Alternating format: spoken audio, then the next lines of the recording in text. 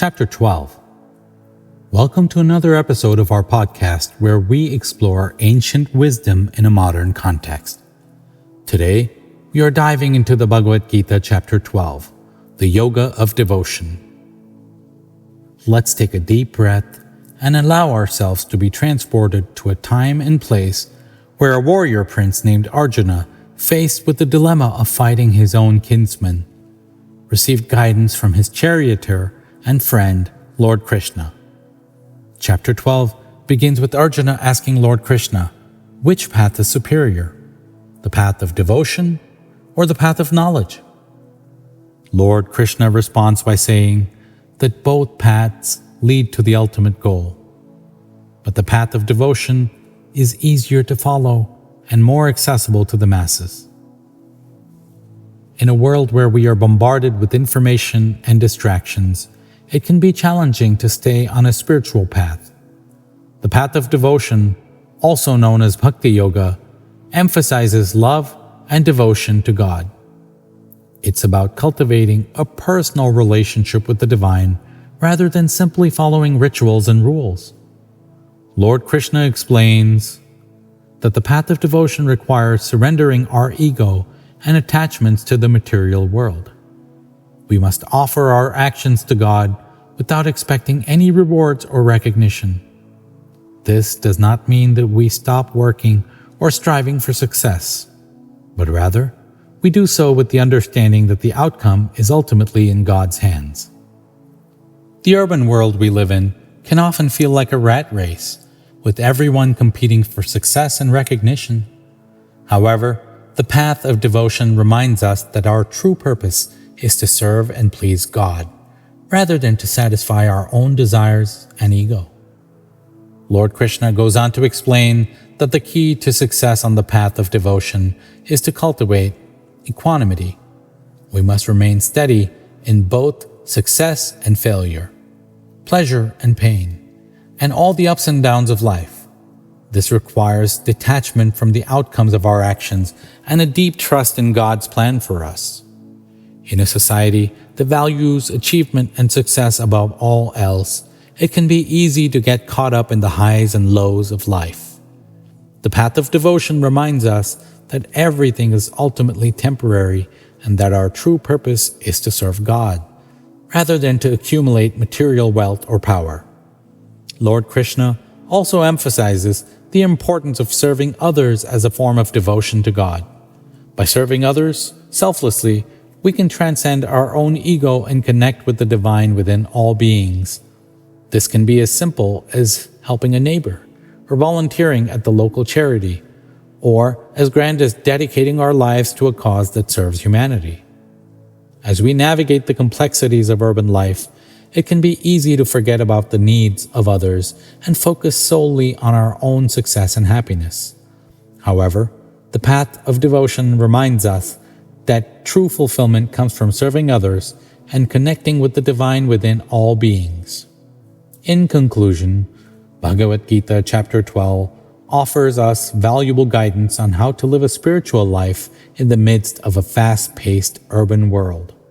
By cultivating devotion to God, detaching from the outcomes of our actions, and serving others selflessly, we can truly find fulfillment and purpose in life. So, as we wrap up this episode, let's take a moment to reflect on how we can incorporate these teachings into our own lives. How can we cultivate devotion to God in our daily actions? How can we detach from the outcomes of our actions and trust in God's plan for us? And how can we serve others selflessly in our communities and beyond? In this urban world, it can be easy to get lost in the noise and chaos, but the teachings of the Bhagavad Gita offer us a path towards inner peace and spiritual growth. As we go about our daily lives, let's remember to pause and take a deep breath, connect with the divine within us and all around us. In this chapter, Lord Krishna also reminds us that the ultimate goal of spiritual practice is not just to attain enlightenment, but to experience a deep and profound love for God. This love can be expressed in many forms, whether it's through prayer, meditation, or selfless service. By cultivating this love, we can find the strength and guidance we need to navigate the challenges of life.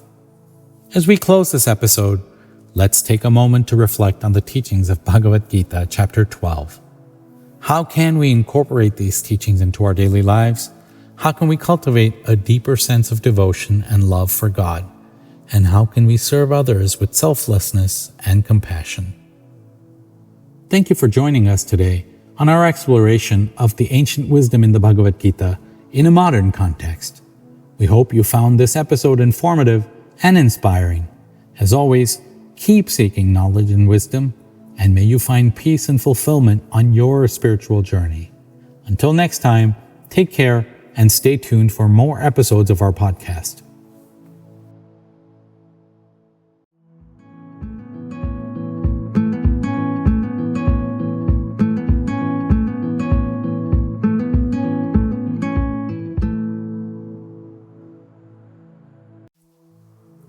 Chapter 13. Hello, and welcome to today's podcast episode where we'll be discussing one of the most profound texts of ancient India, the Bhagavad Gita. Specifically, today we're going to talk about chapter 13. Now, before we dive into the chapter, let's first understand what the Bhagavad Gita is all about. It is a 700-verse Hindu scripture that is a part of the ancient Sanskrit epic, the Mahabharata. The text is believed to have been written between 400 BCE and 200 BCE and is considered to be one of the most influential philosophical and religious texts in the world's history. Chapter 13 of the Bhagavad Gita is titled The Yoga of the Distinction Between the Field and the Knower of the Field. In this chapter, Lord Krishna teaches Arjuna about the nature of the self and the material world.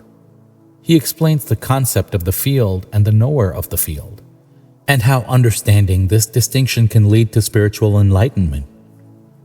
So what exactly is the field? In the context of the Bhagavad Gita, the field refers to the material world, which includes everything from our bodies to the objects around us. Lord Krishna explains that the field is constantly changing and is subject to the three modes of material nature: goodness, passion, and ignorance.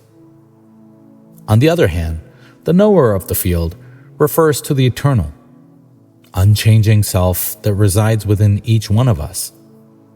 Lord Krishna explains that this self is beyond the material world and is not subject to the three modes of material nature. He goes on to say that the ultimate goal of yoga is to realize this eternal self and attain spiritual liberation. But how can one attain this realization? Lord Krishna explains that it can be achieved through knowledge, renunciation, and devotion. He describes the qualities of a person who has attained spiritual enlightenment and explains that such a person is free from the dualities of pleasure and pain, is compassionate towards all living beings, and sees the same divine essence in all. Now, let's dive deeper into some of the key concepts discussed in chapter 13. One of the most important teachings of the chapter is the distinction between the body and the self. Lord Krishna explains that the body is just a temporary vessel that houses the eternal self. He compares the body to a field and the self to the farmer who cultivates the field. He explains that just as the farmer is not the field, the self is not the body. This distinction is crucial because it helps us understand that we are not just our physical bodies. We are something much deeper and more profound, the eternal self that resides within us. By realizing this, we can transcend the limitations of the material world and attain spiritual liberation. Another key teaching of this chapter is the importance of knowledge. Lord Krishna explains that true knowledge is not just about understanding the material world, but also understanding the self. He describes this knowledge as the knowledge of the field and the knower of the field. He goes on to say that this knowledge is the key to attaining spiritual enlightenment. By understanding the distinction between the field and the knower of the field, we can realize the eternal self and attain liberation from the cycle of birth and death. Finally, Lord Krishna emphasizes the importance of devotion in attaining spiritual enlightenment. He explains that devotion is not just about performing religious rituals, but about cultivating a deep love and connection with the divine. He describes the qualities of a devotee as someone who is humble, pure, peaceful, and free from attachment and hatred. By cultivating these qualities and devoting ourselves to the divine, we can attain spiritual enlightenment and transcend the limitations of the material world. So there you have it, a brief overview of chapter 13 of the Bhagavad Gita and its key teachings on the nature of the self, the material world, and the path to spiritual enlightenment. It is important to note that the teachings of the Bhagavad Gita are not just limited to the context of ancient India. The concepts discussed in this text are universal and can be applied to our lives today, regardless of our cultural or religious background. For example, the distinction between the body and the self can help us understand that we are not just our physical appearances or the role we play in society. We are something much deeper and more profound, and by realizing this, we can cultivate a sense of inner peace and contentment. Similarly, the teachings on knowledge, renunciation, and devotion can help us lead a more fulfilling and purposeful life. By seeking knowledge and understanding ourselves better, we can make informed choices that align with our values and beliefs. By practicing renunciation and letting go of attachment to material things, we can free ourselves from the constant cycle of desire and dissatisfaction. And by cultivating devotion and connecting with something much greater than ourselves, we can find meaning and purpose in our life. In conclusion, Chapter 13 of the Bhagavad Gita is a rich and profound text that offers timeless teachings on the nature of the self, the material world, and the path to spiritual enlightenment. Whether you're on a spiritual journey or simply seeking a deeper understanding of yourself and the world around you, the teachings of the Bhagavad Gita can offer valuable insights and guidance. So thank you for tuning in to today's podcast episode. I hope you found the discussion on Chapter 13 of the Bhagavad Gita enlightening and informative. As always, stay curious and keep exploring.